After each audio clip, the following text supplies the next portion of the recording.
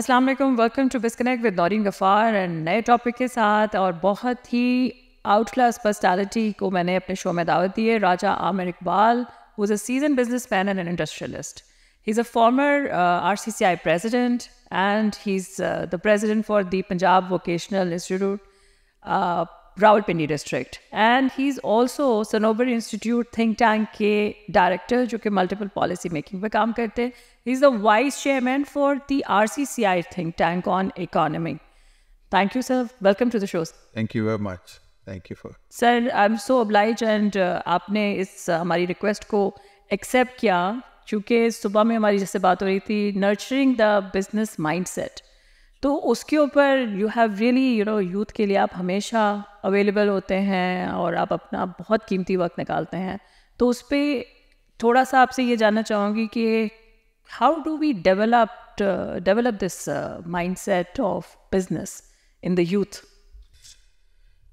नौरीन, बात यह है कि actually we have to see कि हमारे जो बच्चे निकल रहे हैं यूनिवर्सिटी से ख़ास तौर पे, इट इज़ रफली 4.5 लाख यानी 4.5 लाख बच्चा और बच्चियां हमारी सालाना यूनिवर्सिटी से मास्टर डिग्रीज या एमफिल या पीएचडी करके बाहर निकल रही। Do we have that much job opportunities?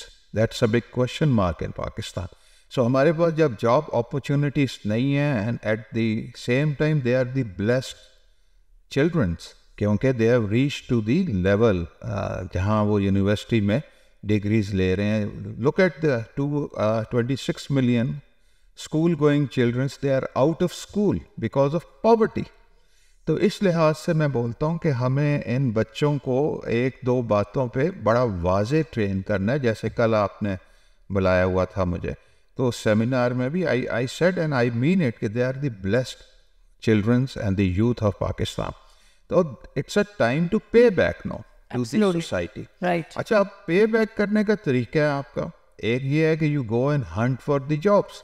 तो जॉब्स तो उतनी है नहीं आपके पास, तो क्यों ना आप जॉब्स ही पैदा करने की सोर्स बन जाएं। तो सेल्फ एम्प्लॉयड अप्रोच अगर हम लें and start up with a few small businesses, ये ज़रूरी नहीं you go for a large scale manufacturing या बड़ी बिजनेस कोई खड़ी करें।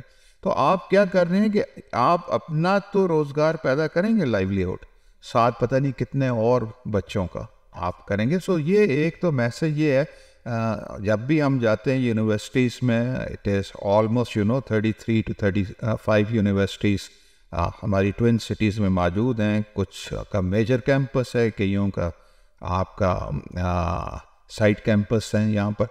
तो वो वहाँ पे जब आप रोल मॉडल के लिए एज ए सक्सेसफुल बिजनेसमैन जाते हैं, तो you have to tell them it is not a shortcut that brought me or to anybody else to this level. तो आप एक स्ट्रगल है पीछे, वो स्ट्रगल को आपको अडॉप्ट करना पड़ेगा। So education is the foundation basically, specially वो बच्चे जो बिजनेस रिलेटेड एजुकेशन में निकल रहे हैं या कॉमर्स से रिलेटेड निकल रहे हैं, उनके लिए तो मेरे ख्याल में पाकिस्तान में बिजनेस करना इसलिए भी अच्छा है कि हमारा rate of return is much better as compared to the developed countries. तो बिजनेसेस करने की ये एक दूसरी वजह है। और तीसरी वजह यह है कि मेरे ख्याल में हमें जान लेना चाहिए कि इकॉनमी ही दुनिया में अब आपको सक्सेसफुल बनाती है। तो किसी भी मुल्क की इकॉनमी जो है वो उनके यूथ पे टैलेंट और एजुकेटेड टैलेंट पे डिपेंडेंट है। सो एक आईटी जैसे आप ले लें, अब आईटी में ठीक है, ये मैं मानता हूँ कि इंडिया ने तो अपने आईटी इंस्टीट्यूट्स खड़े कर दिए। बिल्कुल, एब्सोल्युटली। 1960s का एक एफर्ट शुरू हुआ और आज उनके जो आईटी यूनिवर्सिटीज़ हैं, they are ranked among the best 10 of the globe. और हमारा वो सिस्टम नहीं बना। तो यहाँ का जो बच्चा या बच्ची निकल जाती है आईटी में, तो वो अपने बलबूते पे एक्सेल करती है। वो एजुकेशन या वो फैसिलिटी नहीं बेचारी या बेचारा हासिल कर पा रहा है।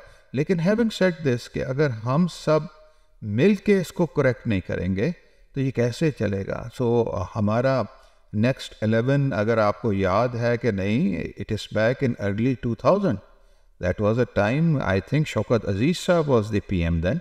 तो we qualified as a nation in next 11 and strength of that next 11 countries was कि हमारे पास बल्ज ऑफ यूथ था. एब्सोल्युटली. और इसी यूथ के ऊपर हमने काफ़ी माइलेज और काफ़ी सारी कैंपेन्स की चाहिए थी, लेकिन हम शायद ले नहीं सके. बट इसका ये मतलब नहीं है कि हमारी यूनिवर्सिटीज़ कम हुई हैं या कॉलेजेस कम हुए हैं. आप देखें the number of the universities और number of the colleges, the schools, they have many fold multiplied.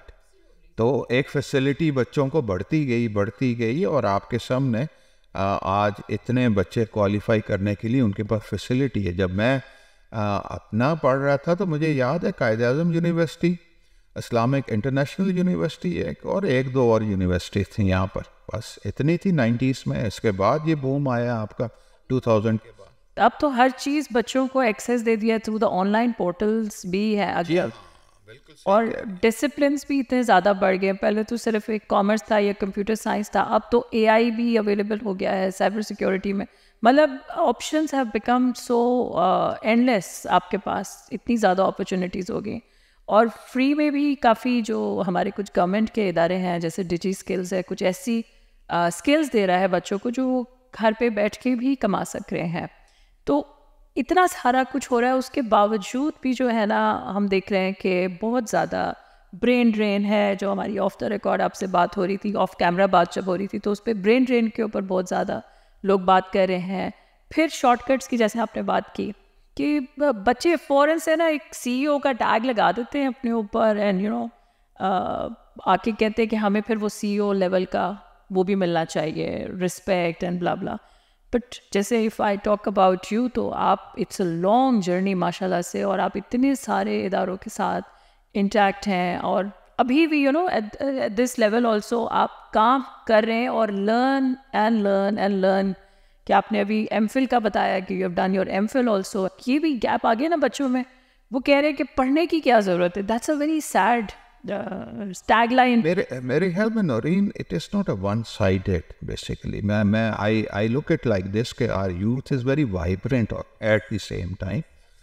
अच्छा, होता ये है कि आप किसी भी चीज़ को जब देख रहे होते हैं, एनालिसिस कर रहे होते हैं, you can not do it in the isolation के एक फैक्टर पकड़ लिया.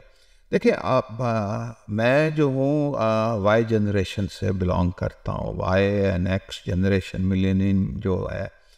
अब आप Z और अल्फ़ा को डील कर रहे हैं. It's a generation gap. आपको समझना चाहिए कि आपके जो ट्रेड्स ऑफ पर्सनैलिटी है, characteristics of personalities and they are different. I have seen at least a different childhood.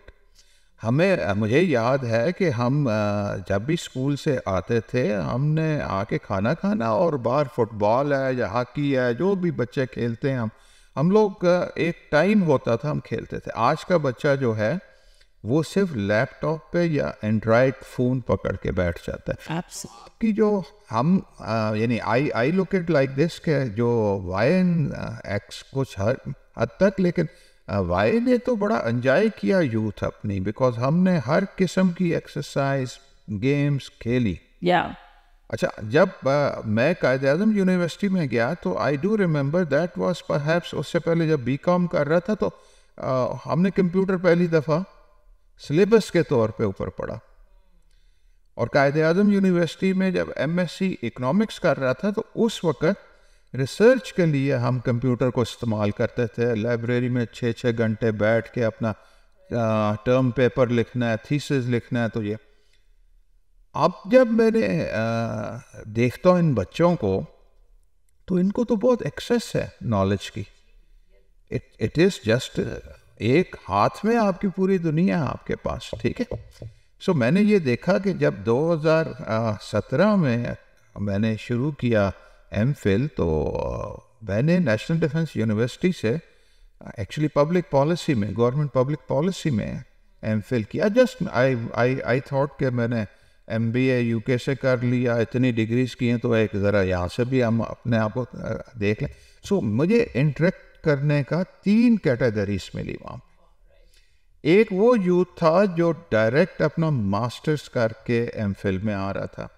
एक वो बच्चे थे जो मिड अपनी 30s में थे या अर्ली 30s में थे, और वो बेसिकली कोई एनजीओ में काम कर रहा है, कोई कहीं कर रहा है, तो वो अपना गैप देकर इवनिंग क्लासेस में पढ़ रहे थे। और कुछ हम सीनियर लोग थे, जैसे मैं बिजनेस से था, कुछ गवर्नमेंट डिपार्टमेंट मिनिस्ट्री से आए हुए थे लोग, उनका ये ख्याल था कि हम ये जब एमफिल करते हैं तो हमें 2 पॉइंट मिल जाते हैं। सो उनका माइंडसेट कि हम इसलिए सर कर रहे हैं कि हमें इससे अगले रैंक में 2 पॉइंट्स मिलते हैं। तो अब जब तीनों को मैं एनालाइज करता हूँ, देखता हूँ, तो हर किसी का अपना एक मकसद है। जो एमफिल कर रहा है अर्ली 30s एंड मिड में 30s में, वो अपना कैरियर बनाने के लिए कर रहा है, बिकॉज उसको वो नॉलेज की थर्स्ट है और नॉलेज की रिक्वायरमेंट है। राइट। जो ऊपर वाला है वो सिर्फ अपना तरक्की पाने के लिए, नेक्स्ट रैंक में जाने के लिए, उसको प्रमोशन बोर्ड में अपने पॉइंट ऐड, वो नॉलेज के लिए नहीं कर रहा है। और इसी तरह जो नीचे वाला है, जो एमएससी से एमफिल डायरेक्ट आ रहा है, वो इसलिए कर रहा था कि बिकॉज उनको और कुछ करने को नहीं था। सो ये जब आप एनालिसिस करते हैं, देन यू रियलाइज कि ये बड़ा डिफ़िकल्ट होता है कि आप ये कहें कि हर इंसान जब यूनिवर्सिटी में है या कॉलेज में है, उसको कैसे फैकल्टी मिल रही है, कैसे टीचर्स मिले हैं आपको। कई ऐसे हैं who are die hard in a sense कि they mean to transform the youth and they have the ability to transfer their knowledge to the next generation. कई ऐसे हैं जो आते हैं सिर्फ इसलिए कि इनको ये पता हो कि ट्यूशन सेंटर किधर है, ठीक है, ये भी है कैटेगरी है। कई ऐसे हैं जो बेचारे फैकल्टी में तो आ गए, लेकिन उनकी वो पर्सनालिटी ट्रेट्स नहीं है, वो कोशिश भी करते हैं लेकिन वो ट्रांसफॉर्म नहीं कर पाते हैं यूथ को, या वो ट्रांसफ़र भी नहीं कर पाते हैं वो नॉलेज को। सो इसलिए मेरे ख्याल में ब्लेम यूथ का हम नहीं देते, सिर्फ हमें ये समझना पड़ेगा करैक्टरिस्टिक्स ऑफ द पर्सनैलिटी, उसके मुताबिक टेलर्ड करें अपनी एजुकेशन को।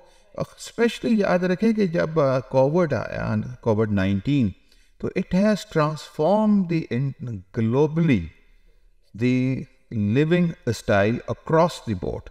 ये नहीं, अब देखें हमारे घरों में मैं देखता हूँ बच्चे रात को उठे हुए दिन को सो रहे हैं। ये मसला इंग्लैंड चले जाएं, वहाँ भी मिल रहा है, एशिया में कहीं चले जाएं, क्योंकि वो चेंज हो गया थोड़ा सा। बिकॉज इंटरेक्शन भी सर आसान हो गई ना सारा कुछ। और जब से ये चैट जीपीटी, अब मेरा बेटा, मैं ज़्यादा एग्जांपल लेती हूँ, ही इज़ 10 years old। कोई भी चीज़ अगर जैसे पेरेंट्स थोड़े से बिजी हैं और वो उसको जवाब नहीं दे पा रहे, तो वो फ़ौरन से ना चैट जीपीटी में डालता है अपनी क्वेरी, और चैट जीपीटी उसको इतने सारे सवाल के जवाब दे देता है, which is more dangerous at this particular stage. के उनके पास इंफॉर्मेशन सो रिडंडेंट है कि जो स्कूल है, जो टीचर्स है बेचारे, वो लोग के पास तो चूँकि वो ज़ाहिर है एजेस उनकी बड़ी हैं, गैप बहुत ज़्यादा है, उस लेवल पे आना। मैंने जितनी भी स्कूल की पेरेंट टीचर मीटिंग में, आई टेल दी प्रिंसिपल कि आप जो है ना थोड़ा सा पेस बच्चों के लेवल पे आके करें, क्योंकि बच्चे, आज का बच्चा क्वेश्चन करते हैं, और बड़ी अच्छी आदत है ये क्वेश्चन करना जी, और फैक्चुअल बात चाहिए उसको, डेमोन्स्ट्रेशन चाहिए। बिल्कुल ठीक है। तो और ये जितने भी स्टार्टअप्स हैं, जो क्योंकि कल हमारे जैसे डिस्कशन हुआ था, उसमें जितनी भी यूनिवर्सिटीज़ और इंक्यूबेशन सेंटर्स हैं, दे आर वेरी कीन। हम कोशिश करें कि कोई यूनिकॉर्न स्टार्टअप प्रोड्यूस कर दें हम अपने इस सिस्टम से। तो सर उस पर क्या चीज़ आप समझते हैं? क्योंकि हम जैसे ही कुछ अच्छा बनना शुरू होते हैं ना, तो हम अपने आप को बेच देते हैं, I mean we take an exit, और फिर वो और ज़्यादा मशहूर हो जाता है। तो ये वाला चीज़ कैसे हम इसको कर सकते हैं? क्योंकि पाकिस्तान के अंदर ये भी एक मैंने स्टार्टअप सिस्टम में देखा है कि जैसे ही हम थोड़ा सा बढ़ना शुरू होते हैं, तो we sell our shares, major shares to the people outside Pakistan. ये मेरे ख्याल में जो आप कह रही हैं वो बिल्कुल एक फैक्ट हो सकता है, लेकिन इसको इस तरह देखें कि एक बच्चा या बच्ची मेहनत करके कोई आईटी से, या जैसे कल वो बात हो रही थी ड्रोन की आपके सामने, वो कोई ऐसी इनोवेशन कर लेता है which is not required within Pakistan, because you do not have a ready-made market for that, and you cannot afford branding and developing that segment. तो अगर आपको बाहर से कोई ले लेता है शेयर या करता है, तो आई थिंक इसमें भी पाकिस्तान के लिए विन विन ही है दोनों लिहाजों से। It's not bad. जो असल मसला है वो ये है कि देखें, इनोवेशन कितने बच्चे कर सकते हैं, it's a percentage Yes. And it is less than 1%, it is in points basically. तो वो तो एक कैटेगरी है, उस कैटेगरी के ऊपर आप जनरलाइज नहीं कर सकते हैं सारी चीज़। सो हमें ये देखना चाहिए कि देखें हमारे कुछ पब्लिक स्कूल्स में स्पेशली, इवन मैं पढ़ रहा था सिंध में पिछले दिनों, it is very painful to see and learn के स्टैंडर्ड ऑफ एजुकेशन इतना डिटेरियोरेट हो रहा है कि 10 साल का बच्चा अपना नाम नहीं पढ़ सकता। सो अगर इस किस्म की क्वालिटी के ऊपर आप फाउंडेशन बना रहे हैं तो याद रखें कि it is since 2016 we have move to the AI revolution, it is the 4th industrial revolution world widely. और हमारा जो IT का बच्चा क्वालिफाई करता है उसकी क्वालिटी जो एजुकेशन की वजह से है एवरेज में, वो इंडिया से बहुत पीछे, बहुत पीछे। ठीक है। तो हमें वो मेकअप करना है। तो उसको मेकअप करने का तरीका सिर्फ और सिर्फ गवर्नमेंट पॉलिसी हो सकती है, ठीक है। कोई निजी अदारा, प्राइवेट सेक्टर ये अफोर्ड ही नहीं कर सकता in in in the doldrum on going economic जो प्रॉब्लम्स हैं पाकिस्तान में, उसमें तो यकीन कीजिए सस्टेन करना ही बड़ी बात है। और जो जिस तरीके से अब ये पिछले 2 सालों में हम बजट देख रहे हैं और 2 सालों के जो मामलात देख रहे हैं, it is every years to come businesses are becoming difficult in Pakistan. Absolutely, yes. तो हुकूमत को चाहिए है कि ये जो बल्ज ऑफ पॉपुलेशन है, वो जो ब्रेन ड्रेन की आप बात करिए, वो ब्रेन ड्रेन को हमें रोकना है। वो रोकना ऐसे नहीं है through the political rhetorics. You have to bring certain structural reforms within the system where आपने create करना है real opportunities of livelihood for the educated and uneducated youth. अगर आप वो नहीं करेंगे तो मेरे ख्याल में उनका पूरा राइट है बच्चों का, दुनिया में कहीं भी जा रहे हैं। अब देखें बड़ा अलार्मिंग है, सिंस 2015 मैं एक आर्टिकल पढ़ रहा था तो 62 लाख पाकिस्तान छोड़ के आया यूथ। जी बिल्कुल। तो उस 62 लाख में जो पिछले साल कोई 8,64,000 को 8.9 लाख हो गया, और जो अब डाटा आ रहा है इस साल का इट इज़ 8 लाख बाय 9। तो अगर आप आधे साल में 8 लाख चले गए तो इसका मतलब 17 lakh 17 lakh out of 62 they left country just in 1.5 years time.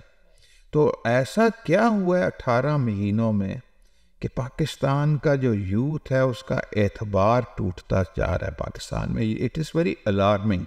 और फिर उस डाटा में आर्टिकल में आ रहा है कि 120% increase in the educated youth. या बिल्कुल, एब्सोल्युटली, ये बड़ा अलार्मिंग है।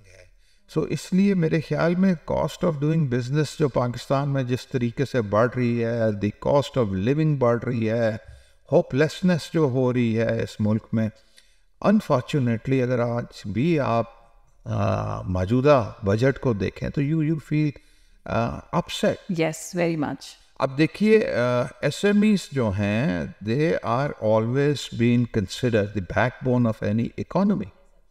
अभी पाकिस्तान में अराउंड कोई 5 मिलियन बिजनेसेस जो रजिस्टर्ड हैं उसमें 4.7 मिलियन यानी 47 लाख SME से बिलोंग करती हैं। तो आपने उसका जो अपर स्लैब है वो 49.5% का इनकम टैक्स लगा। एब्सोल्युटली। सो अगर 50% किसी ने SME से कमा के सरकार को देना है, where as the cost of doing business दूसरी साइड पे बढ़ती जा रही है। सो उसके 2 नुकसान हैं।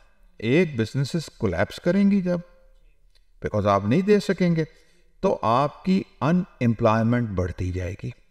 सो we are asking to create our minimum 2 million decent jobs for every year for to accommodate incoming youth. तो जो मौजूदा है यूथ वो बेचारी अगर बेरोज़गार हो जाती है तो आने वाले का क्या होगा। अभी डॉक्टर इशफाक साहब हैं एक इकोनॉमिस्ट, उन्होंने एक रिसर्च की है, and other day I was listening him on a television, he said कि इस वक्त पाकिस्तान में तकरीबन यूथ में 80 लाख बच्चा ऐसा है जिसके पास कोई अपॉर्चुनिटी कुछ भी नहीं है। उस 80 लाख में कितने बच्चे हैं जो क्वालिफाइड पे नहीं हैं? यानी क्वालिफाइड मीन्स के स्किल्ड फोर्स है, कोई कुछ डिग्री होल्डर्स हैं, यानी किसी ना किसी हुनर में वो मौजूद हैं। सो ये जो स्क्वीज हो रही है और हमारा फुट प्रिंट जो पब्लिक सेक्टर का है वो बड़ी तेज़ी से बढ़ता जा रहा है। अगर वो बढ़ता जाएगा तो आप ये याद रखें कि आपसे एक्सपेंडिचर नहीं कंट्रोल होगा। अभी इस साल भी आपने अपने एक्सपेंडिचर 25% बढ़ा दिया, whereas they say it is what they claim that this budget was tailored on the recommendation of the IMF। तो IMF ने तो 3 बातें कही थी मोटी सी, एक्सपेंडिचर था उसके अंदर, प्राइमरी सरप्लस था उसके ऊपर, ठीक है, और आपकी डाउन साइजिंग थी गवर्नमेंट के डिपार्टमेंट्स की। आपने 3 में से 1 कर दिया, प्राइमरी सरप्लस दे दिया 2% टू द GDP, और आपने कहा जी हमने बजट में ये रख दिया, बाकी 2 बातें नहीं मानी। एंड दे आई थिंक आज का बच्चा और आज के लोग समझते हैं कि we are not living in 90s। Yeah absolutely. अब 90s में जब जो यूथ जिसमें मैं शामिल था उस वक्त, हम लोगों की ग्रूमिंग और थी, हमें बड़ा शर्म शराहत थी अगर कोई टीवी पे या कहीं कोई अखबार में ख़बर आती थी, बिकॉज हमारी ग्रूमिंग ऐसी थी कि we use to believe in it. Yes absolutely. आज का बच्चा, तो मैं अपने छोटे बेटे की बात बताता हूँ, वो 15 साल का था, वो अभी चंद महीने पहले उसने मुझे एक बात पे चैलेंज किया। उसने कहा no you are lying, it's not like this, ये थ्योरी ऐसे नहीं ऐसे है।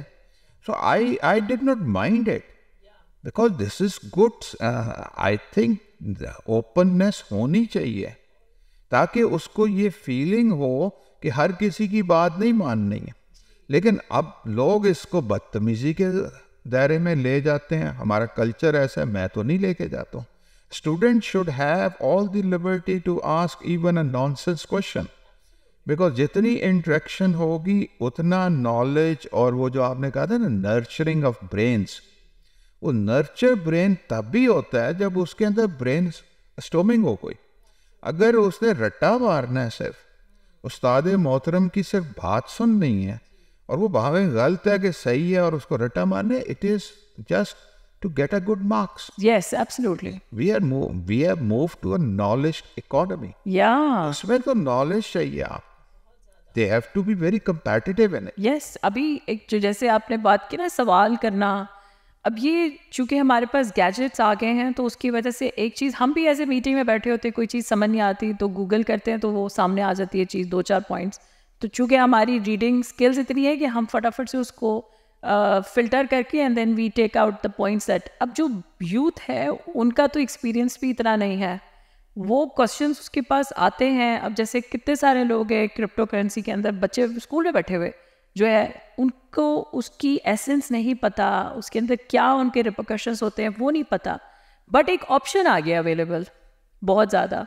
अब ये जैसे आपने बताया था ना कि ये जिनके साथ भी हम डील करें, जो यूनिवर्सिटीज़ तक पहुंच जाते हैं या इंक्यूबेशन सेंटर्स, तो ब्लेस्ड वंस है, प्रिविलेज वंस है कि उन्हें एक अपॉर्चुनिटी मिली।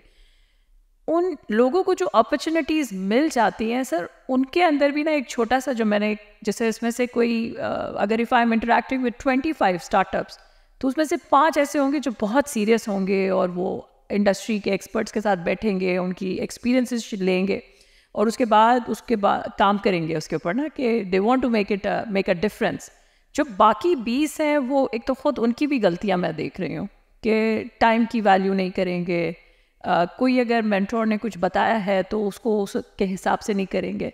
तो ये लेड बैक जो एटीट्यूड देख रहे हैं हम थोड़े बहुत स्टार्टअप्स के अंदर, क्योंकि बहुत कम परसेंटेज बनती है, जैसे 5 आउट ऑफ 25 स्टार्टअप्स कि वो जो हैं सीरियस हैं। बाकी फिर वो आपको पता है इंडस्ट्री के लोग भी थोड़ा सा रिलक्टेंट होते हैं कि यार मैं इतना अपना कीमती वक्त लेके जाता हूँ वहाँ पे, everybody is not Raja Aamir Iqbal के, वो फिर भी लगे हुए हैं and you know he is talking to them कि ताकि बच्चे थोड़े से सिस्टम में आ जाए। तो उसके लिए क्या आप समझते हो, क्या ऐसी बात, चूँकि कल बहुत ज़बरदस्त किस्म की आप इसके ऊपर बात करते हो क्योंकि working in a ruthless environment. देखिए वो नौरीन मैंने बड़ा क्लियर कहा ना, I seriously believe in it. Businesses world जो है it is full of crudeness and ruthlessness. Because देखें, why I say we work in a crude and ruthless world, because इसमें error of sympathy अगर कोई ढूंढे तो वो तो है ही नहीं. You have to be very competitive, and there is no lame excuse which will save your losses. देखिए ना, एक पब्लिक सेक्टर में एक कोई अदारा चला रहा है, कोई सेक्रेटरी या कोई जॉइंट सेक्रेटरी उसका एमडी बन गया है, he is there for a year 2 years time, deputation पे गया कुछ, he is least pushed because he is not losing any money out of his pocket. Business में तो if you make a wrong decision you pay price for it, and if you make a right decision with the delay, even then you lose certain percentage of profit. And even you make a right decision with lot of delay, you lose everything. So isliye you have to be very very clever, shrewd and honest with this, that you have entered into a crude and ruthless world where it is the competitiveness which gives you only the opportunity to excel. अच्छा, ये जो आपने बच्चों की बात की है ना, इन बच्चों में भी कैटेगरी है. या एब्सोल्युटली ऐसे ही. वो बच्चे जो घरों से बिल्कुल भरे हुए आए हैं and they have been pushed के स्टार्टअप करें, तो they are not serious that way. अच्छा, कुछ बच्चे हैं वो ऐसे हैं जो जिनके मामलात ऐसे हैं कि they are very serious because they been groom like this. कईयों के एप्टीट्यूड और एटीट्यूड का भी मामला है. अच्छा, ये एप्टीट्यूड और एटीट्यूड जो है, यू आर द बेस्ट जज ऑफ योर सेल्फ. अच्छा, ये भी लाजमी नहीं है कि एक बच्चा दूसरे बच्चे की तरह बिजनेस में कामयाब हो.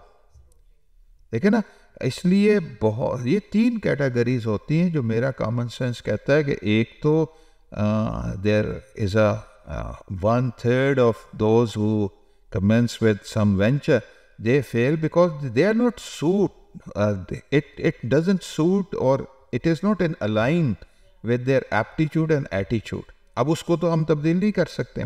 तो उनकी तबीयत, वो जो आप बोल रही हैं ना, आराम से बैठ जाना, सीरियस नहीं लेना, ये वो हो जाएगा, मैम कर लेंगे, तो वो तो एक फ्लॉ अपनी जगह इनबिल्ट है ना.